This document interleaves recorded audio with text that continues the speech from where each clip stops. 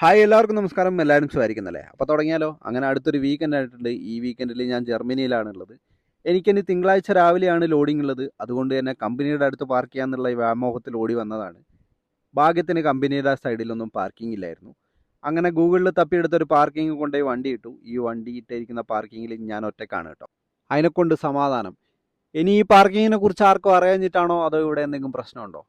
എന്തായാലും വേണ്ടില്ല, അവിടെ വണ്ടി പാർക്ക് ചെയ്ത് ഞാൻ സൂപ്പർ മാർക്കറ്റിലേക്ക് ഇപ്രാവശ്യം നടന്നാണ് പോകുന്നത്. ഇവിടുന്ന് ഏറെക്കുറെ 3.5 കിലോമീറ്റർ നടക്കാനുണ്ട്.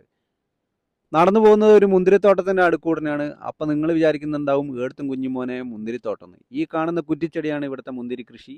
നമ്മുടെ നാട്ടിലെ പോലെ പന്തലിട്ടുള്ള പരിപാടി ഇവിടെ ഇല്ല. അത് കല്യാണത്തിനായാലും ശരി, മുന്തിരി കൃഷിക്കായാലും ശരി. ഇതിനകത്ത് ഉണ്ടാകുന്ന മുന്തിരി കുറേ പേര് വിൽക്കും, ബാക്കിയെല്ലാം ഈ ഒരു വൈൻ ഉണ്ടാക്കിയും വിൽക്കും. അതാണ് ഇവിടുത്തെ മുന്തിരി കൃഷിയുടെ ഒരു രീതി. നടന്നു പോകുമ്പോൾ നല്ല കാഴ്ചകളാണെങ്കിലും ഉള്ളിൽ ചെറിയൊരു വീതിയുണ്ട്. വേറൊന്നും കൊണ്ടല്ല, പാർക്കിങ്ങിൽ ഒറ്റയ്ക്കല്ലേ വണ്ടി കിടക്കുന്നത്, ഇനി എന്തെങ്കിലും സംഭവിക്കുമെന്നുള്ളതാണ്. ഇവിടുന്ന് നോക്കുമ്പോൾ ഒക്കെ വണ്ടി കാണുന്നുണ്ട്. സൂപ്പർ മാർക്കറ്റിൽ പോയി സാധനം പിടിക്കുമ്പോഴും പാർക്കിംഗ് കിടക്കുന്ന വണ്ടിയെക്കുറിച്ചായിരുന്നു ചിന്ത. തിരിച്ചു വരുമ്പോൾ വണ്ടി അവിടെ തന്നെ ഉണ്ടാവണം എന്നുള്ള ചിന്തയിലായിരുന്നു. അങ്ങനെ സൂപ്പർ മാർക്കറ്റിൽ പോയി തിരിച്ചു വരുമ്പോൾ നമ്മുടെ വണ്ടി അവിടെ സേഫായിട്ട് തന്നെ ഉണ്ട്. അപ്പോൾ അത്രയൊക്കെ തന്നെ. അടുത്തൊരു വീഡിയോയിൽ കാണുന്നവരെല്ലാവർക്കും എന്നത്തെയും പോലെ ഇന്നത്തെ ഒരു ദിവസവും അടിപൊളിയായിരിക്കും.